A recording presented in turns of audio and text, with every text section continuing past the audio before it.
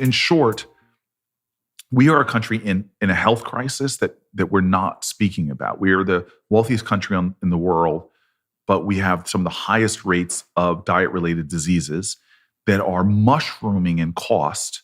In just a handful of years, or like 5, our spending on diabetes has gone up 25%. Half our population now is diabetic or pre-diabetic, but it's not just diabetes. It's Alzheimer's, heart disease, strokes. And so 1 out of every $3 in our government right now is being spent on healthcare, close to 1 out of 5 of our dollars in our economy. So 80% of that spending is for diet-related diseases. And I'm all for freedom. I want this country, eat what you want. But we have designed a system in which the things that we tell you not to eat are being subsidized, and the things we tell you to eat, we don't subsidize at all. So when my kids walk into a bodega in Newark, they can get a Twinkie-like product cheaper than an apple because we as a society have said we're going to subsidize everything in that Twinkie-like product and not the apple. In fact, fruits and vegetables get about 7% of our ag subsidies, while the commodity crops that go to the corn syrup and the things that, again, are not making us healthy or to feed animals get the most of our subsidies. As a guy that you know, Ron Finley, says in South Central, he says in South Central we got drive-bys and drive-throughs, and the drive-throughs are killing more people than the drive-bys. Yeah. The number one killer of African Americans is diet-related diseases. So this food system is so broken. It's because we know, as you've said many times on your show, food is medicine. I can show you study after study that for taxpayers, if you're fiscally conservative, what a return on investment if you make fresh fruits and vegetables accessible for people with diabetes or hypertension or the like.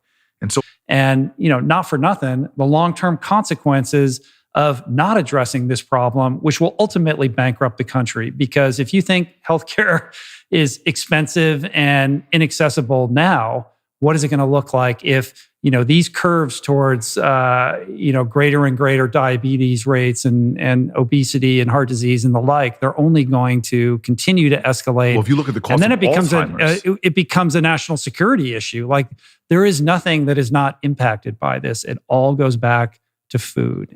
An octogenarian, she has a great Twitter an Instagram handle like vegan octogenarian or something like that. 80-year-old woman who had diabetes for years and years and years, became a vegan, sourced her food from the farm. It went away. Her diabetes went away. And so that's the crossroads I think we're on. We do not understand how bad it's going to get in 10, 20 years if we don't do something about this crisis. Whether it's in the United States starting to own up to issues of addiction and mental health, which we fill our prisons with these folks, so much more expensive, so much more human misery, as opposed to finding interventions on the front end. Ultimately, change does not come from Washington. It comes to Washington. Like, we didn't get the great suffrage legislation because in 1919, a bunch of men came to the Senate floor and said, okay, fellas, I guess what? Let's let those women have a right to vote. It came because of activism, of conscious expansion. We didn't get civil rights legislation because one day Strom Thurmond came to the Senate floor and said, I've seen the light. Let those Negro people have the right to vote.